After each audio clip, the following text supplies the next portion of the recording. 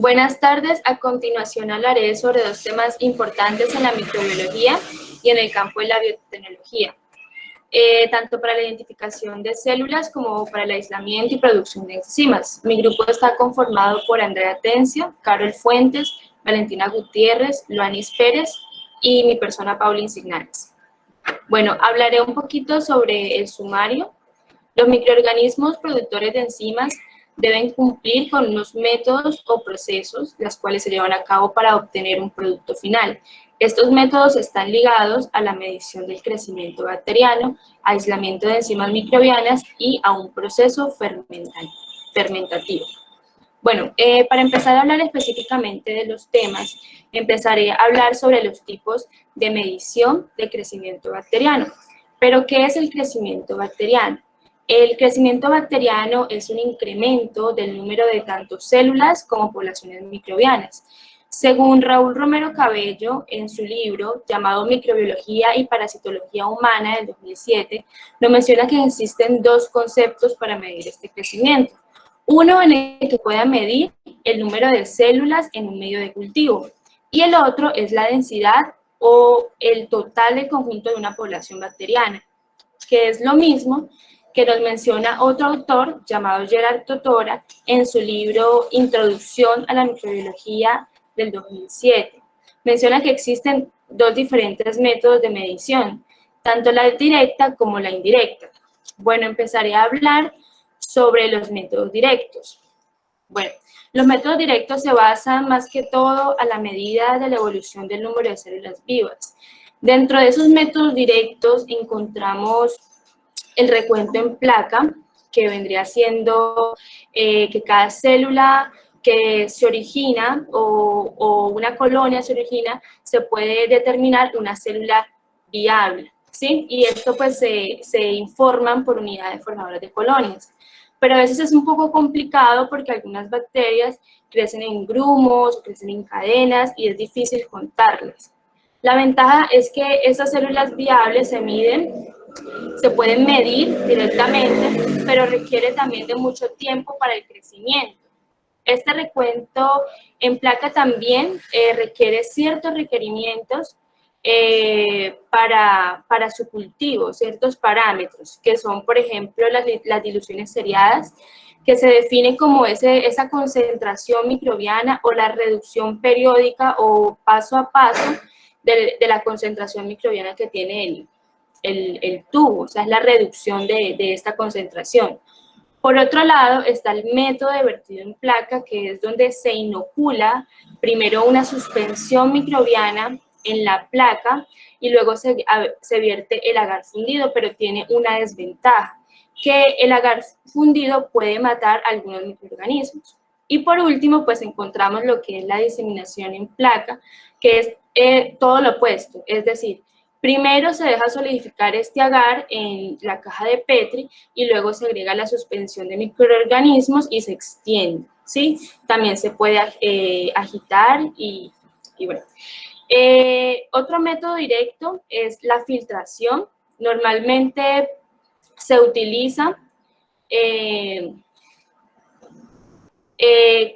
soluciones con carga bacteriana mínima, es decir, que sean, por ejemplo, agua de río o de mar, y se maneja de esta manera. Primero, se pasa cierta cantidad de líquido por un filtro y en ese filtro se quedan todas las bacterias y luego después de eso son tamizadas y retenidas, ¿sí? Normalmente se hacen en bacterias coliformes, que son los indicadores de materia fecal que están más presentes en aguas o en alimentos.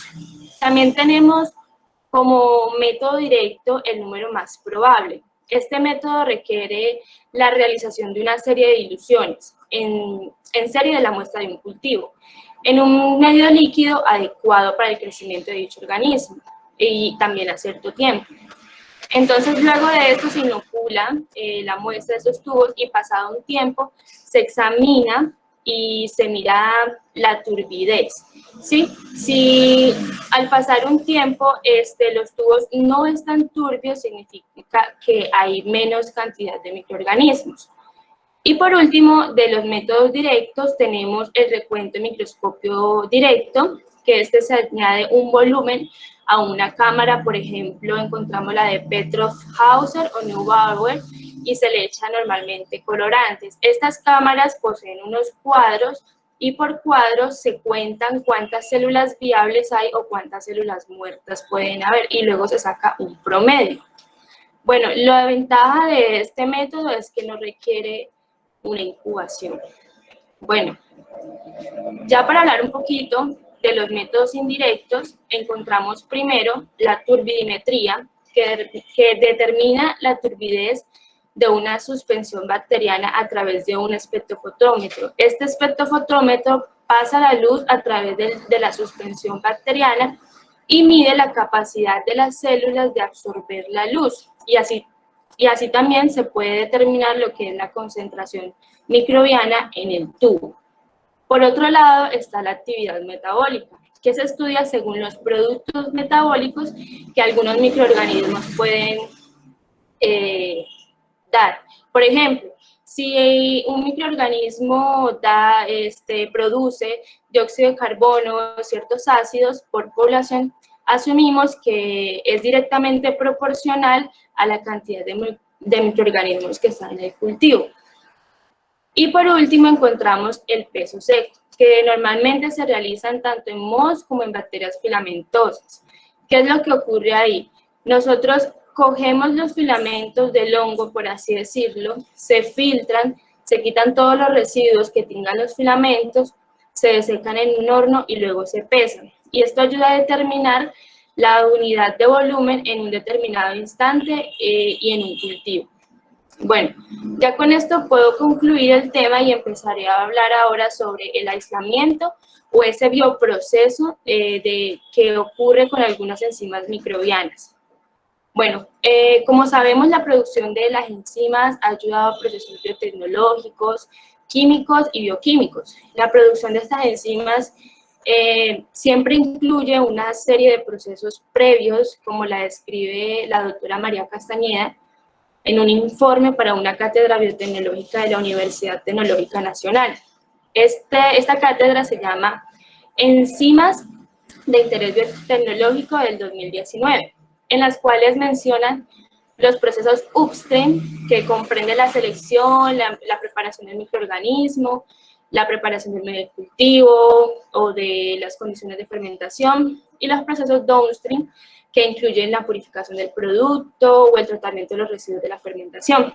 Entonces, voy a hablar un poquito sobre esos procesos upstream, que son los procesos previos.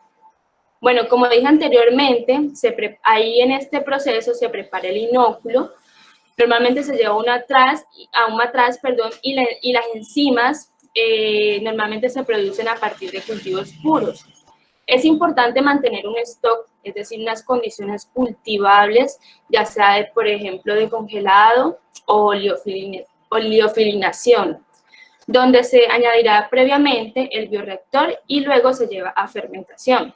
Este proceso, como sabemos, la fermentación se basa a ausencia de oxígeno y sirve mucho porque algunos de los microorganismos en su metabolismo para esta fermentación requieren muchas enzimas. Bueno, ya después de la fermentación se lleva a la formulación y la preparación del cultivo. Como sabemos, los medios de cultivo deben tener esos nutrientes necesarios para crecer, y la producción de la enzima a veces también se produce por esos medios de cultivo. El medio de cultivo se puede optimizar y esto ayuda también a que la enzima maximice su producción. Como sabemos, bueno, todos esos procesos deben ser llevados con métodos de esterilización por autoclave o filtración absoluta. Y por último, hablaré sobre el downstream, que son los procesos posteriores a la inoculación. Bueno, tiene tres procesos principales, que está la recuperación del biocatalizador, la purificación del biocatalizador y la formulación del biocatalizador. Biocatalizador quiere decir las enzimas. Las enzimas son biocatalizadores que hacen parte del 90% de estos. Bueno, la recuperación de las enzimas primero, como primer proceso, permite recolectar previamente del aislamiento del cultivo esas enzimas, pero es importante determinar si las enzimas son extracelulares o intracelulares. Por ejemplo, si son extracelulares, se debe separar los componentes del medio de cultivo y la concentración del extracto enzimático. Y si, por ejemplo, si son intracelulares, la célula se debe lisar o se debe disruptar, ¿sí? Se debe hacer una disruptación de la célula para poder sacar ese contenido enzimático de la célula. Se puede hacer por métodos fuertes como molino de perlas, solventes orgánicos, etc. Y luego se lleva a purificación. Antes de esa purificación se debe determinar la concentración del extracto crudo, eliminando normalmente los contaminantes más importantes del producto, y también se hacen por términos térmicos o precipitación de sales. Bueno, ya como segundo proceso del downstream, perdón, del upstream, ya pasaría a la purificación. Esta se encarga de remover todos los contaminantes en el extracto crudo. A través de esta purificación también se logra incrementar la actividad específica de la enzima. Estas purificaciones dependen también si son extracelulares, son enzimas extracelulares o son intracelulares. Ahí se determina si se debe precipitar ácidos nucleicos. Por ejemplo, si hablamos de enzimas intracelulares, como sabemos, tenemos que romper la célula, entonces van a quedar enzimas junto con ácidos nucleicos y otros componentes. Entonces se debe precipitar esos ácidos nucleicos para separarlo de la enzima.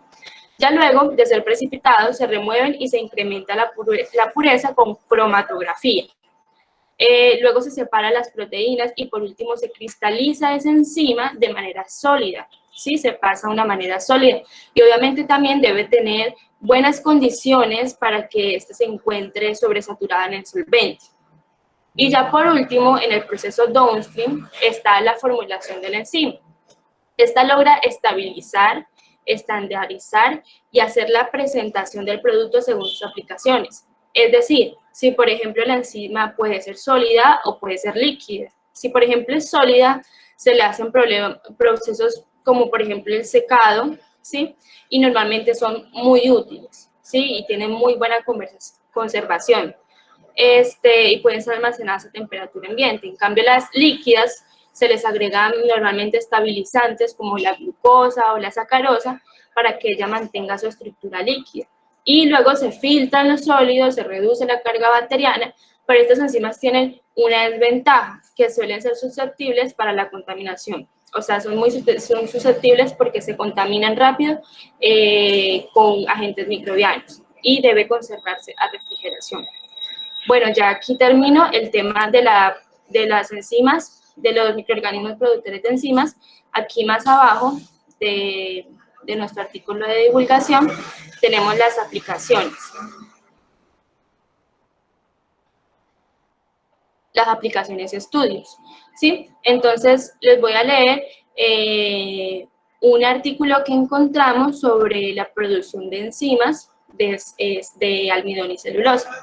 Entonces, las amilasas y celulasas son una de las enzimas más utilizadas de la industria biotecnológica debido a que permiten la bioconversión de diferentes sustratos ricos en almidón y celulosa. Es así como desde hace varias décadas la industria textil de alimentos, papel, detergentes y recientemente la industria de bioetanol han venido utilizando esos biocatalizadores en sus procesos productivos. Es por esto que en el presente estudio se recuperaron bacterias productoras amilasas y celulasas a partir de muestras naturales como el suelo de 5 humedales localizados en Bogotá, con el fin de obtener extractos enzimáticos con características deseables y aplicables en procesos productivos. Para este estudio se seleccionaron 5 humedales, tomaron muestra en las zonas de manejo, 5 humedales, ubicados en el norte de Bogotá, Torca, Guaymaral, Córdoba, Conejera y Florida. Se tomaron muestras en las zonas de manejo y preservación ambiental de estos humedales. Se realizó el respectivo aislamiento. Luego de las cepas preseleccionadas se sembraron en caldo nutritivo y se llevaron a incubadora con agitación orbital 35 grados centígrados, 150 repeticiones por minuto, por 12 horas. A partir de estos cultivos se realizaron inóculos en 5 mililitros de solución salina al 0.85% peso sobre volumen, ajustando la concentración bacteriana al tubo 1 de la escala de Macfarlane. Aquí vemos cómo se utiliza la turbidimetría. Se realizaron fermentaciones, microorganismos amilolíticos y celulolíticos de suelos de humedales de Bogotá. Estas fermentaciones hacen parte de los procesos de enzimas microbianas upstream, por triplicado de cada una de las cepas preseleccionadas. En cuanto a la evaluación cuantitativa de la actividad enzimática, se realizó la prueba ANOVA de un factor para comprobar la diferencia significativa de la actividad enzimática. Entre cada cepa evaluada tomaron 3 muestras por cada grupo y con 0.05 para comprobar las diferencias significativas entre los resultados de las actividades enzimáticas de cepas diferentes, en las cuales se obtuvieron resultados similares. Se realizó una prueba de hipótesis con la distribución T-Student comparado a las medidas experimentales. Las cepas amilolíticas y celulolíticas aisladas e identificadas como Bacillus amyloliquefaciens, Stenotrophomonas nitritiriduscens y Yersinia massiliensis. En este estudio son productoras de enzimas. Y así con esto terminamos nuestra presentación del artículo de divulgación